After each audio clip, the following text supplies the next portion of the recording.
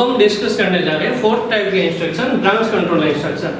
तो अभी तक हम 3 टाइप के इंस्ट्रक्शन डिस्कस कर चुके हैं।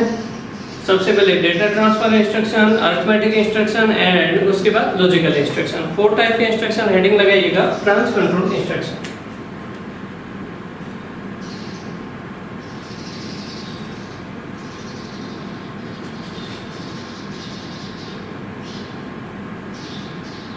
ब्रांच कंट्रोल इंस्ट्रक्शन का मतलब क्या होगा, आप खुद सोचिए जरा। ब्रांच कंट्रोल का मतलब ये कि कोई भी प्रोग्राम परफॉर्म हो रहा है ऊपर से नीचे की तरफ, बीच में से कोई ऐसी कंडीशन आ जाए कि प्रोग्राम काउंटर जो है मेन प्रोग्राम को छोड़ के किसी दूसरे प्रोग्राम पे चला जाए, पहले उस प्रोग्राम को परफॉर्म कर दे फिर वापस मेन प्रोग्राम पे आ जाए, तो ऐसी कंडीशन को हम ब्रांच कंट्रोल इंस्ट्रक्शन कहेंगे। तो इसके लिए कौन कौन से कंडीशन होगी, तो इसका मतलब ये हो गया कि branch control instruction will change the sequence of program. Sequence of program को क्या करेंगे, चेंज करेंगे, चाहे कंडीशनली करें चाहे अनकंडीशनली करें। तो पहले लिख दीजिए इसका मतलब, these instruction will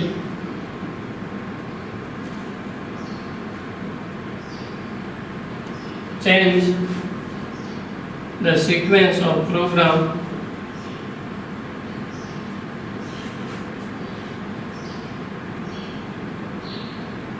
either conditionally or unconditionally।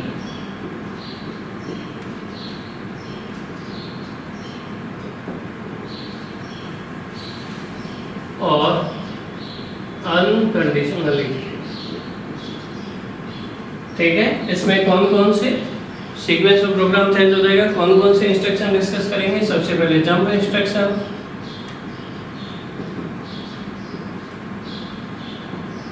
उसके बाद कॉल एंड रिटर्न इंस्ट्रक्शन,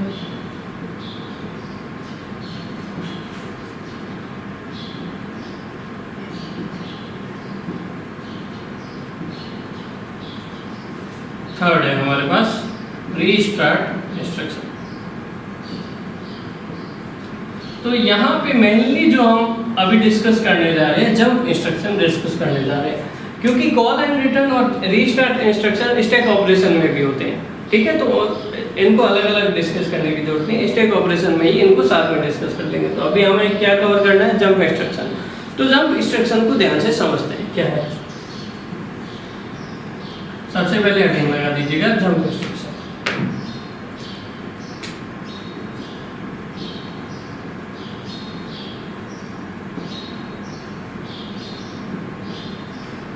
तो इसमें देखिए जरा प्लीज क्या है, जैसे एक एग्जांपल समझते हैं। कोई मेन प्रोग्राम चला आ रहा है, सबसे पहले क्या होगा, मूव या MVI A08H, मतलब 08H या 10H ऐसा कुछ लिख दो। 8 बिट का कोई डेटा था वो इसमें A रजिस्टर पे कॉपी हो गया। अब उस A रजिस्टर में जो डेटा है वो 6000H एड्रेस पे हमने भेज दिया, ठीक है। उसके बाद LXI D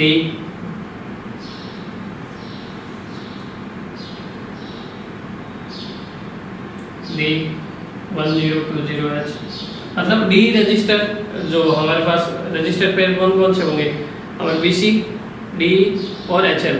तो D रजिस्टर पेयर है, उसमें हमने क्या डेटा 16 बिट का डेटा भेज दिया 1020, ठीक है। अब उसके बाद हमारे पास एक इंस्ट्रक्शन आ गया जंप और 6500H, ठीक है, ये आ गया। फिर आगे कोई इंस्ट्रक्शन और है इस तरह से, जैसे आप लिख दो ऐड D, इस तरह से कोई इंस्ट्रक्शन। तो ये कितने बाइट का है, 2 बाइट का है। तो मान लो हमारे पास प्रोग्राम स्टार्ट हुआ था 2000H से, तो इसने 2 बाइट इसने खा ली, तो अगला कितना होगा 2002H से। उसके बाद 3 बाइट इसका है, तो अगला कितने पे होगा 2005H पे। फिर इसने भी 3 बाइट खा ली 2008H पे। फिर क्या हुआ, फिर हमारे पास जंप इंस्ट्रक्शन आ गया। जंप इंस्ट्रक्शन आ गया, वैसे ये कितने बाइट का, ये कितने बिट का है 3 बाइट का है तो इसका मतलब ये हो जाना चाहिए 8 और ये हो जाएगा 3 11 को क्या लिखोगे 2000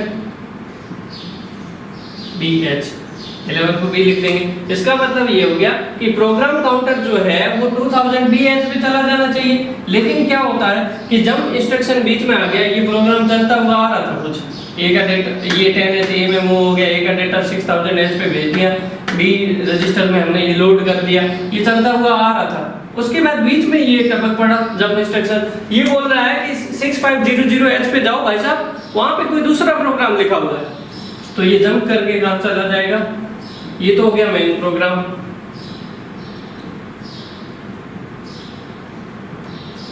ये जंप करके 6500H पे चला गया, ठीक है। और वहां पे इनको इंस्ट्रक्शन मिला, सबसे पहले DCR डी रजिस्टर का डिक्रीमेंट हो जाएगा, ठीक है। और एक और मिल गया DCX या DCR आपको A मिला और DCX B मिल गया। इस तरह से आपने क्या कर दिया, एक प्रोग्राम दिया और हार्ट लिख दिया, या फिर रोटेट एक्यूमुलेटर लेफ्ट ऐसे लिख दिया, फिर RL लिख दिया, फिर हार्ट कर दिया। हार्ट सबसे लास्ट में लिखते हैं ताकि क्या हो, प्रोग्राम काउंटर जब हमारा प्रोग्राम कोई भी खत्म हो जाए तो वहां पर हमने ये रख दिया। उसके बाद या फिर ऐसे लिख देते हैं, सबसे लास्ट में लिख देते हैं रिटर्न के बाद ये वापस आता है कहाँ पे, कहाँ जाना है इसको, ये कहाँ से चला गया था छोड़ के, हमें यहाँ से चला गया था छोड़ के, अब वापस इसको कहाँ आना है, रिटर्न होके कहाँ आएगा, एट डी पे आएगा और मेन प्रोग्राम को परफॉर्म करेगा। कुल मिला के थ्योरेटिकली समझने की कोशिश करो कि हम कोई भी मेन प्रोग्राम परफॉर्म कर रहे थे, उसमें जंप इंस्ट्रक्शन बीच में टपक पड़ा, वो क्या करेगा, इस मेन प्रोग्राम को छोड़ के प्रोग्राम काउंटर को बोलेगा कि मेरे एड्रेस पे चलो, मेरे एड्रेस पे जो आपका सब प्रोग्राम है उसको पूरा करो, सब प्रोग्राम है उसको पूरा करो, और वहां से वापस रिटर्न करके आ जाओ अपने मेन प्रोग्राम पे, और मेन प्रोग्राम को करते रहो, हमें उससे मतलब नहीं है, ठीक है। तो आप करते रहो उसको बाद में, लेकिन कुल मिला के बात ये है कि आपको वहां चलना पड़ेगा, ठीक है। तो इस तरह से हम जंप इंस्ट्रक्शन के थ्रू प्रोग्राम की सीक्वेंस को कंट्रोल कर सकते हैं, ठीक है। वैसे ये जो रिटर्न होता है वो कॉल इंस्ट्रक्शन में होता है, ठीक है, यहाँ पर भी डाल सकते हो आप रिटर्न आने के लिए, ठीक है। तो कुल मिला के बात ये जंप इंस्ट्रक्शन इस तरह से होगा। अब जंप इंस्ट्रक्शन जो है दो टाइप के होते हैं, अनकंडीशनली भी होता है और कंडीशनली भी होता है। तो वीडियो पॉज करके पहले ये लिख दीजिएगा, तो अकॉर्डिंग टू या लिख दीजिए from the program we observe that, from the program we observe that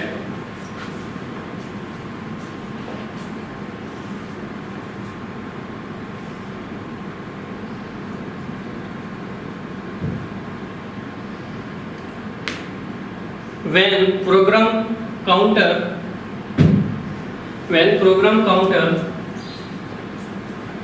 point the 2008H address, then jump instruction will execute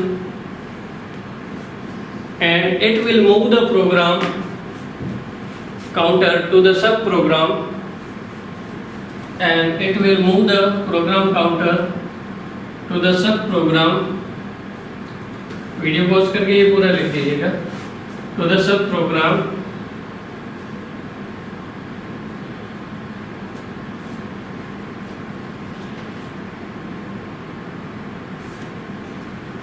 to the subprogram. After completing the subprogram, program counter will again return to the main program, ठीक है, वापस आ जाएगा main program को perform करेगा। तो jump instruction जो है वो हमारे पास दो टाइप के होंगे, कौन कौन से होंगे, जंप कंडीशनल या जंप अनकंडीशनल, जिसमें कोई कंडीशन नहीं होती है, डायरेक्ट क्या एड्रेस लिखा होता है, ठीक है, और जंप कंडीशनल, ये दोनों देखते हैं, ठीक है। सबसे पहले लिख दीजिएगा जंप अनकंडीशनल।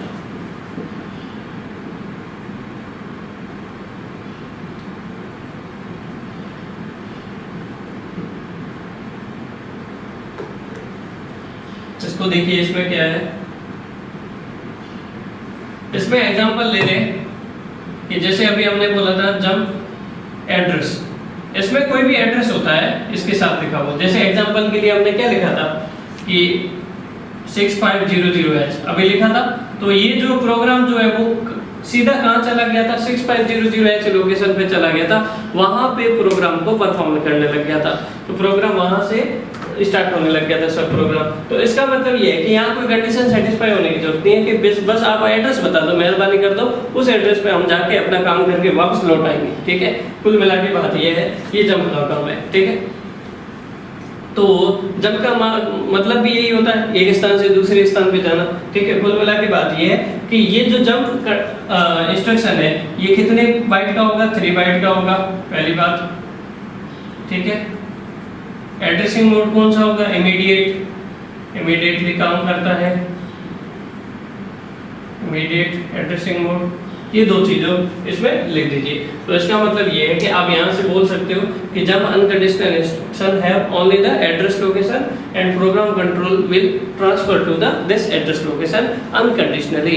इसमें लिख दो, in this instruction program control will transfer to the given address unconditionally। और कंडीशनली कौन से होते हैं वो देख लेते हैं। कंडीशनली हमारे पास कौन कौन से जंप इंस्ट्रक्शन होते हैं,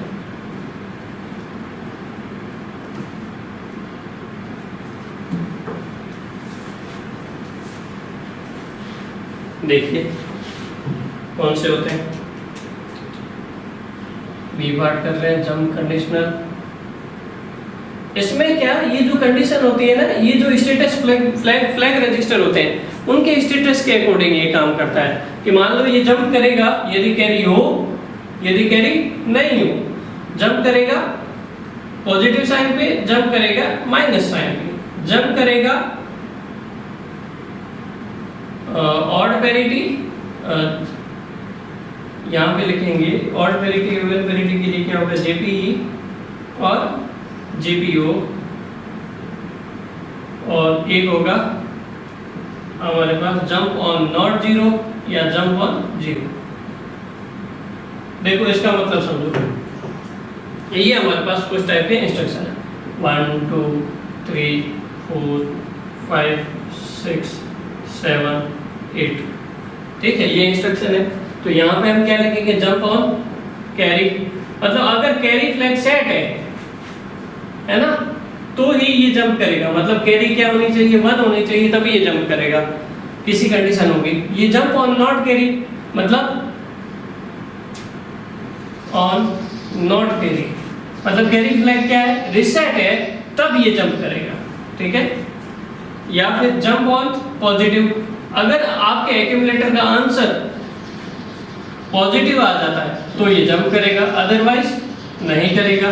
तो पॉजिटिव और माइनस के लिए हम साइन फ्लैग लेते हैं, है ना। साइन फ्लैग क्या हो जाएगा, पॉजिटिव के लिए 0, jump on minus, jump on minus, तो यहाँ पे साइन फ्लैग क्या हो जाएगा, सेट हो जाएगा। Jump on odd parity, jump on odd parity, ठीक है, मतलब पैरिटी फ्लैग क्या होना चाहिए, रिसेट होना चाहिए। ठीक है, जंप ऑन इवन पैरिटी, अगर पैरिटी फ्लैग सेट हो गया तो ये जंप करेगा, अदरवाइज नहीं करेगा। पैरिटी फ्लैग सेट है। जंप ऑन जीरो, मतलब जीरो फ्लैग सेट है, जीरो फ्लैग सेट है, z=1 है, तो ये जंप करेगा, नहीं तो नहीं करेगा। जंप ऑन नॉट जीरो, अगर मान लीजिए जीरो आंसर नहीं आता है एक्यूमुलेटर में, तो ये हमारे पास जंप करेगा। तो जंप के साथ हमने क्या डाल दी, कंडीशन डाल दी कि भाई साहब आपको जंप तभी करना है जब ये कंडीशन सेटिस्फाई हो। तो इस तरह से हमारे पास रहेगा जंप अनकंडीशनल, जंप कंडीशनल। तो कंडीशन देख के, ये सब स्टेटस फ्लैग की जो फ्लैग रजिस्टर है उनका स्टेटस देख के काम करता है। ठीक है, और जब अनकंडीशनल उनको तो कुछ नहीं चाहिए, भाई साहब एड्रेस दे दो, वहां पे हम चले जाएं। ठीक है, उस तरह से ये काम करेगा। तो जैसे मान लीजिए एग्जांपल लेते हैं इसके लिए, इफ कैरी फ्लैग इज 0 और प्रोग्राम लिखते जा रहे हो, आपने वहां लिख दिया जंप ऑन नॉट कैरी, ठीक है 6500H। तो इसका मतलब ये हो गया कि कैरी फ्लैग 0 है और jump on not carry 6500H, तो ये आ गया, कैरी है ही नहीं। इसका मतलब ये है कि प्रोग्राम कंट्रोल जो है वो कहाँ चला जाएगा, 6500H लोकेशन पे चला जाएगा, वहाँ जाके सब प्रोग्राम को परफॉर्म करेगा। तो ये हम कुछ ऐसे प्रोग्राम होते हैं जहाँ पे इनका यूज करना पड़ता है, कंडीशन के हिसाब से जाए नहीं तो नहीं जाए, ठीक है। जैसे सी प्रोग्राम में इफ एल्स करते हैं ना अपन कि ये नहीं हो तो ऐसा हो, ये नहीं हो तो ऐसा हो, तो उसी तरह यहाँ पर अगर आपके पास यहाँ ऐसा है तो आप वहाँ चले जाओ, नहीं है तो काम करते रहो, ठीक है। इस तरह से हमारे पास ये प्रोग्राम बनाते हैं। तो इसको लिख दो फटाफट, ये जंप इंस्ट्रक्शन हो गया।